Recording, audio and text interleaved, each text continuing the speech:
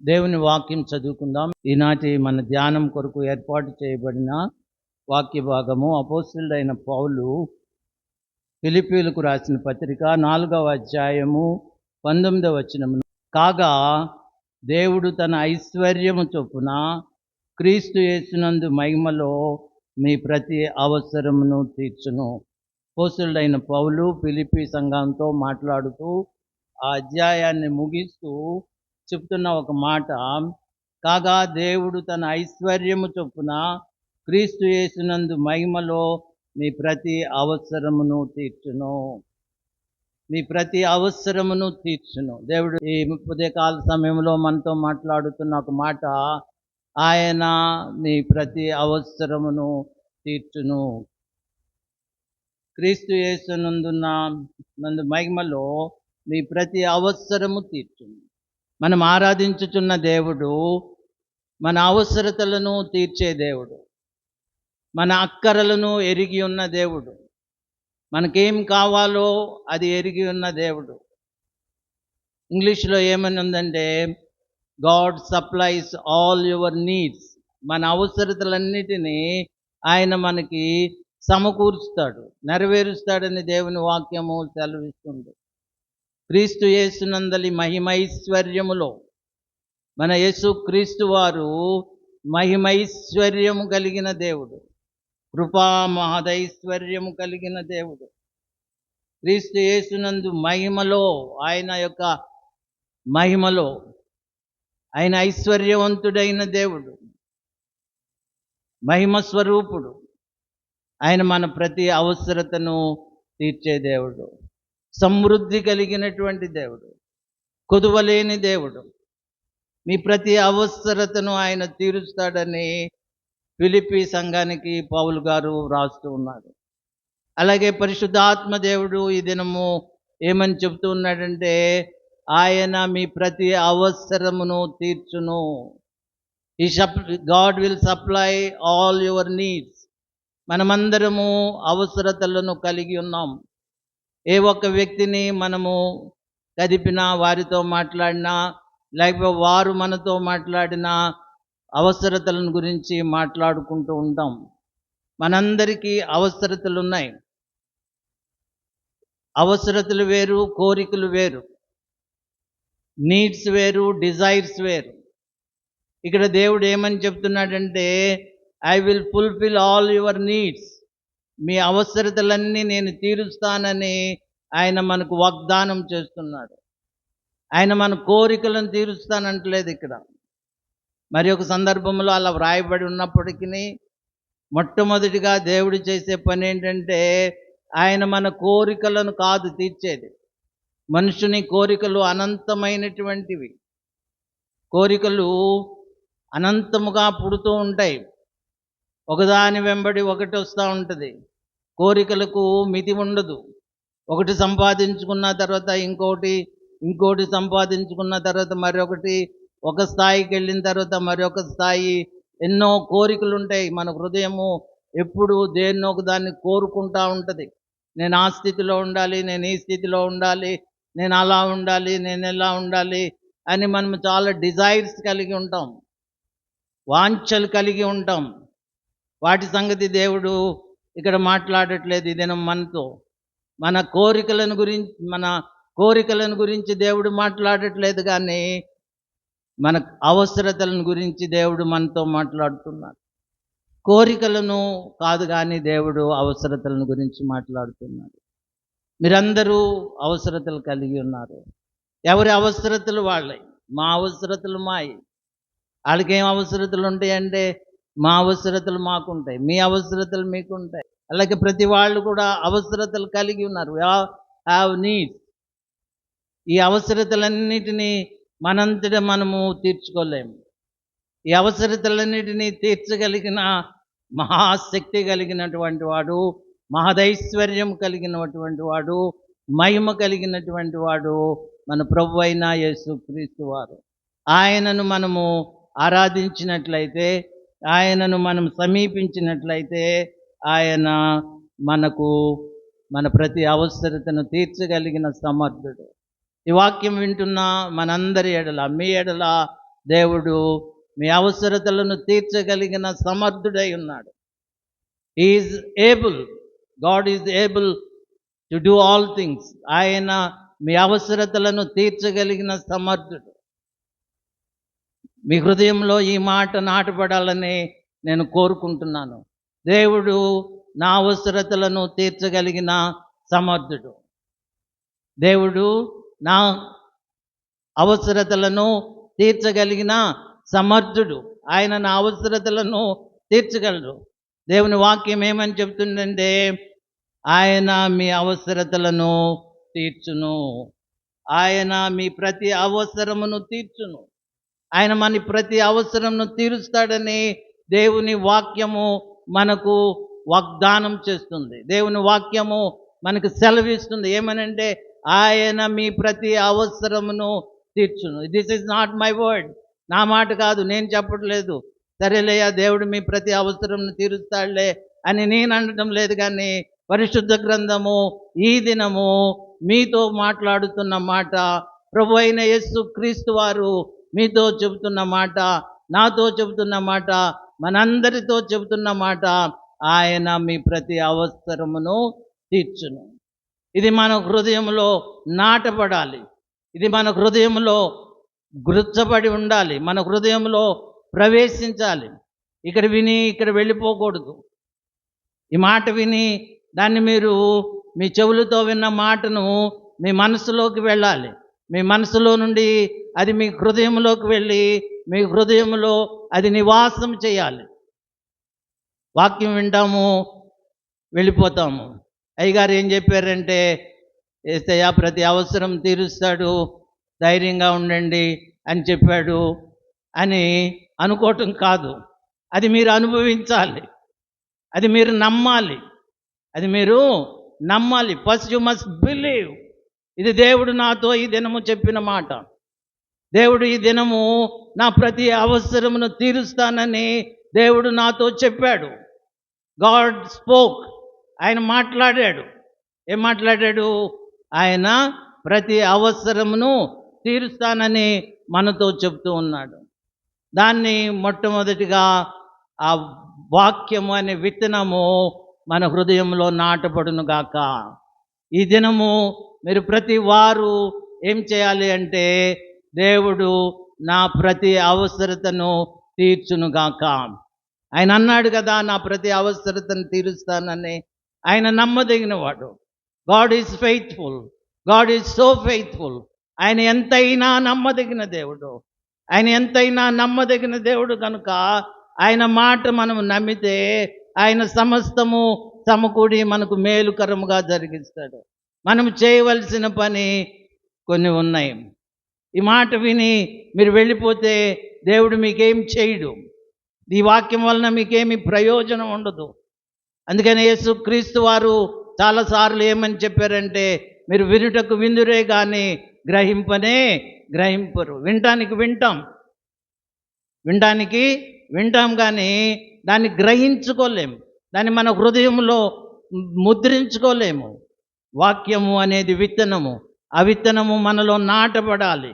అది నాటబడకుండా ఆకాశ పక్షులు ఎత్తుకొని పోతే దానివలన మనకి ప్రయోజనము లేదు. కాబట్టి దేవా, ఈ దినము నువ్వు నాతో మాట్లాడుతున్నావు, మా ప్రతి అవసరతను తీరుస్తానంటున్నావు, కాబట్టి నీ వైపు చూస్తున్నాం ప్రభువా అని మనం చెప్పాలి. ఈ వాక్యము విన్న మనము కొన్ని పనులు చేయవలసి ఉంది. దేవుడు మన ప్రతి అవసరమును తీర్చాలి అంటే దేవుడు మన మీద కొన్ని బాధ్యతలను పెట్టాడు. ఆ బాధ్యతలను ఈ వారంలో నువ్వు నెరవేరిస్తే నువ్వు దేవుని కృప వలన వచ్చే వారము దేవుడు నిన్ను సాక్షిగా నిలబెట్టవచ్చు. ఆమేన్, ఆమేన్. అవునుగాక. మీరు ఆ పనులు చేయండి. ఇంటికి వెళ్ళిన తర్వాత దేవుడు మీ ప్రతి అవసరను తీర్చాడు అని దేవుణ్ణి మహిమపరచాలని మనమందరం కోరుకుందాం. దేవుడు ఈ కార్యములు నెరవేర్చాలి అంటే మనము ఆయన వైపు చూడాలి. ఒకటి, మనము ఆయన వైపు చూడాలి. కొండల తట్టు నా కన్నులెత్తుచున్నాను, నాకు సహాయం ఎక్కడి నుండి వచ్చును? యెహోవా వలననే నాకు సహాయం కలుగును. యెహోవా వలననే నాకు సహాయం కలుగును. మనం ఆయన వైపు చూడాలి. దేవుని వాక్యం ఏమని సెలవిస్తుందంటే, యెహోవా వలనే నాకు సహాయము కలుగును అనే కీర్తనలో మనం చదువుతున్నాం. రాజులను నమ్ముకున్నట్టు కంటే, మనుషులను నమ్ముకున్నట్టు కంటే, రాజులను ఆశ్రయించుట కంటే యెహోవాను ఆశ్రయించుట మేలు. మనుషులు సహాయం చేయగలరు, చేయలేకపోవచ్చు. ఎవరి పరిస్థితులు వాళ్ళకి కష్టంగా ఉండొచ్చు. కాబట్టి మనమందరం కూడా నిమిత్త మాత్రులమే. దేవుడు సర్వ సమృద్ధి కలిగినటువంటి వాడు. ఒకవేళ నేను సహాయం చేయగలిగితే చేయొచ్చు, చేయలేకపోతే చేయలేకపోవచ్చు. ఇంకొకరిని ఆశ్రయిస్తే వాళ్ళు సహాయం చేయొచ్చు, చేయలేకపోవచ్చు. కానీ దేవుడు సర్వ సమృద్ధి కలిగిన వాడు. ఆయన తప్పనిసరిగా మన అవసరతలను తీరుస్తాడు. కాబట్టి మనం యెహోవా వైపు చూద్దాం, దేవుని వైపు చూద్దాం. కొండల తట్టు నా కన్నులు ఎత్తుచున్నాను, నాకు సహాయం ఎక్కడి నుండి వచ్చును? మనకు సహాయం చేసేది ఎవరు? ఆయనే. ఆ కొండల తట్టు కాదు మనం చూసేది, యెహోవా వైపు. యెహోవా వలనే నాకు సహాయం కలుగును. నీ ప్రతి అవసరత తీర్చేది దేవుడే, యెహోవాయే, యేసుక్రీస్తే, పరిశుద్ధాత్మ దేవుడే. మనం ఆయన వైపు చూడవలసిన వారముగా ఉన్నాం. మనం కన్నులెత్తి ఆయన వైపు చూచి ఆయనను ప్రార్థించినప్పుడు ఆయన వలన మనకు సహాయం కలుగుతుంది. ఆయన మన ప్రతి అవసరతను తీరుస్తాడు. మనం ఆయన వైపు చూద్దాం. యెహోవా వలనే నాకు సహాయం కలుగును. మొదటి మాట ఏంటి? ఆయన నా ప్రతి అవసరతను తీర్చును. ఆయన నా ప్రతి అవసరతను తీర్చును. ఏంటది? ఆయన నా ప్రతి అవసరతను తీర్చును. నమ్ముతున్నారా? నమ్మిన వాళ్ళ చేతులు ఎత్తండి. హల్లెలూయా, హల్లెలూయా. ఏమని నమ్మాలి? యెహోవా వలననే నాకు సహాయము కలుగును. ఎవరి వలన కలుగుతుంది ఆ సహాయము? మనుషుల వలన కాదు. మనుషుల వలన కాదు, కానీ మనుషుల ద్వారానో ఆయన ఏ విధంగానో నీకు సహాయం చేసి నీ అవసరతను తీరుస్తాడు. నువ్వేమని నమ్మాలి? యెహోవా వలననే నాకు సహాయం కలుగును. He is the provider. యెహోవా మనకు అనుగ్రహించువాడు. ఆయన మనకు అనుగ్రహించువాడు. ఆయన మనకు అనుగ్రహించేవాడు, సమస్తమును అనుగ్రహించేవాడు. మనకు ఆయన వల్లనే సహాయము దొరుకుతుంది. మనం సహాయం కొరకు అటు ఇటు పరిగెత్తనక్కర్లేదు, అటు ఇటు ప్రాకులాడనక్కర్లేదు. దేవుని సన్నిధిలో మనం కూర్చుని, దేవా నీ వల్లనే నాకు సహాయము దొరుకుతుంది, నీ వల్లనే నాకు సహాయము దొరుకుతుంది, నా ప్రతి అవసరతను తీర్చే దేవుడవు నీవే, నీ వల్లనే నాకు సహాయము దొరుకుతుంది, నేను నమ్ముతున్నాను ప్రభు అని దేవుని దగ్గర నువ్వు చెప్తూ ఉంటే ఆశ్చర్యకరముగా దేవుడు కార్యము జరిగిస్తాడు. ఏమని చెప్పాలి? రెండవ మాట, నా ప్రతి అవసరమును తీర్చువాడు నీవే. దేవుడు నా ప్రతి అవసరతను తీరుస్తాడు అని మనము పలకాలి. దేవుని సన్నిధిలో విశ్వాసం కలిగి ఉండాలి. నీ వలనే నాకు సహాయం కలుగునని మనం దేవుని సన్నిధిలో ఆయనతో మనం చెప్తూ ఉండాలి. దేవా నాకు ఎవ్వరి వలన సహాయం కలగదు ప్రభువా, నీ వలననే నాకు సహాయం కలుగుతుంది, నీ వలననే నాకు సహాయం కలుగుతుంది, నీ వలననే నాకు సహాయం కలుగుతుంది అని నువ్వు దేవునితో పలుమారులుగా చెప్తూ ఉంటే దేవుడు నీకు సహాయం దయచేస్తాడు. అది ఎలా, ఆ సహాయం ఎలా మన దగ్గరికి వస్తుందో మనకు తెలియదు, కానీ దేవుడు ఒక అద్భుతం చేస్తాడు. ఆయన సహాయపడతాడు. ఆయన అనుగ్రహించే దేవుడు కాబట్టి ఆయన వలననే సహాయం కలుగుతుంది. కాబట్టి నా ప్రతి అవసరతను తీర్చగలిగినది సర్వశక్తి కలిగిన దేవుడు. యెహోవా వలననే నాకు సహాయం కలుగును. నాకు ఎక్కడి నుండి సహాయం వస్తుంది? యెహోవా వలననే. దేవా నీ వలననే నాకు సహాయం కలుగుతుంది అని మనం విశ్వసించినట్లయితే ఆయన ఆకాశపు వాకిళ్లను విప్పి పట్టజాలనంత విస్తారమైన సహాయాన్ని ఆకాశము నుండి మన మీదికి ఆయన కృమ్మరిస్తాడు. విశ్వసిస్తున్నారా? విశ్వసిస్తున్నారా? చేతులెత్తి దేవునికి స్తోత్రం చెప్పండి. దేవా నీ వలనే నాకు సహాయం కలుగుతుంది. చెప్పండి, నీ వలననే, యెహోవా వలననే, చెప్పండి, యెహోవా వలననే నాకు సహాయం కలుగును. యెహోవా వలననే నాకు సీట్ ఎవరిస్తారు? యెహోవా వలననే నాకు సీటు దొరుకుతుంది. ఆమేన్. నా కష్టాలు ఎవరు తీరుస్తారు? యెహోవా వలనే నా కష్టములు తీర్చబడి. He is the only God. మన అవసరతలన్నీ తీర్చగలిగిన సమర్థుడు ఆయనే. ఆయనే సమర్థుడు. Is able. మనం నమ్మాలి ఆయన సమర్థుడని. తర్వాత కీర్తనలు 23కి వెళ్దాం. ఈ వారమంతా మీరు చేయాల్సిన పని ఇదే. వాక్యం విని వెళ్ళకండి. ప్రతి క్షణము మీరు దేవుని వాక్యమును ధ్యానించాలి.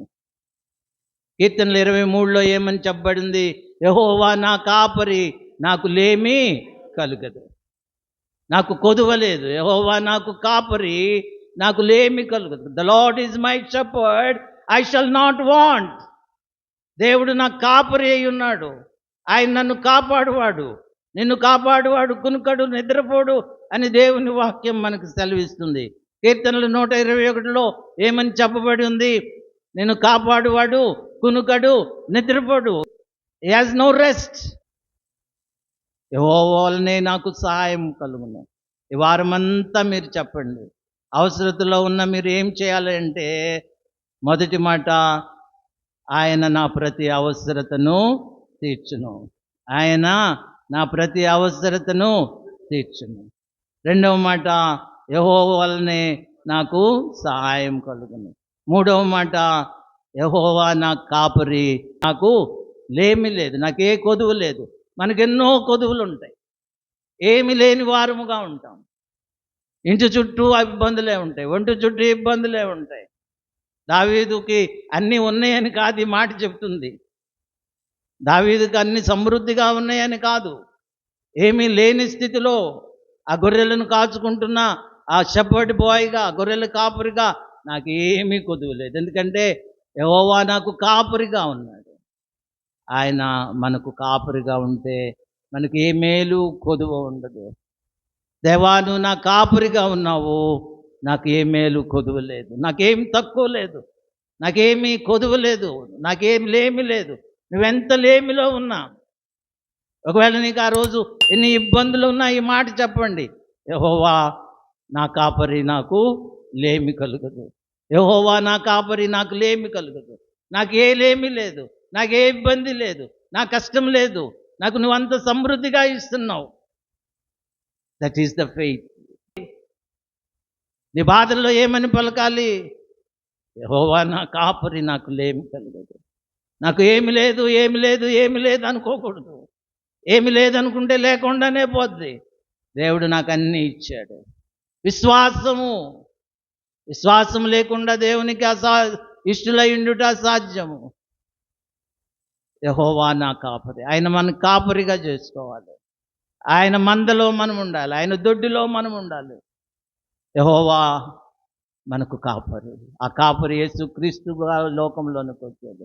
Jesus is good shepherd. యేసుక్రీస్తు మనందరికీ మంచి కాపరి. ఆయన దొడ్డిలో, ఈ నివాసంలో ఎవరైతే నివసిస్తూ ఉంటారో ఆయనకి మనమంటే ఇష్టము. మన ప్రతి అవసరతను తీరుస్తాడు. మన కాపరి మన అవసరతలను ఎరిగిన వాడుగా ఉంటాడు. మన కష్టాలను ఎరిగిన వాడుగా ఉంటాడు. మన ఆకలిని ఎరిగిన వాడుగా ఉంటాడు. మన అవసరతలను ఎరిగిన వాడుగా ఉంటాడు.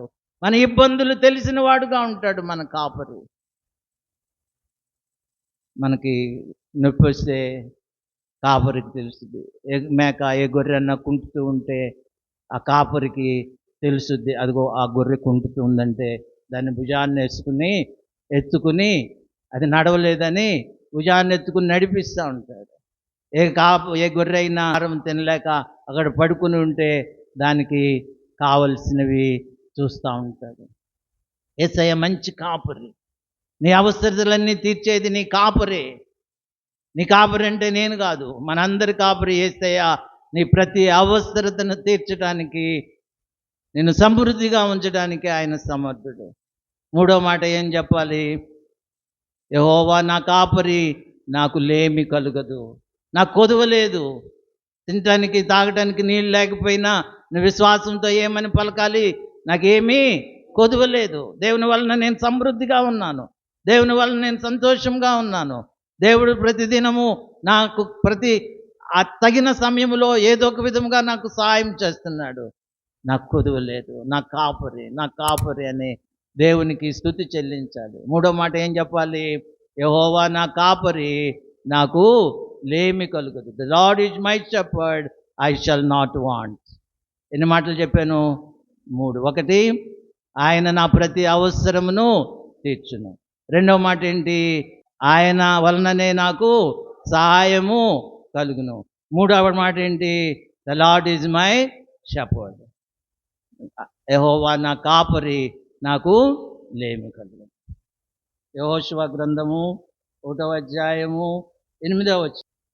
నువ్వు దీన్ని ధ్యానించుటయందు తప్పిపోకూడదు.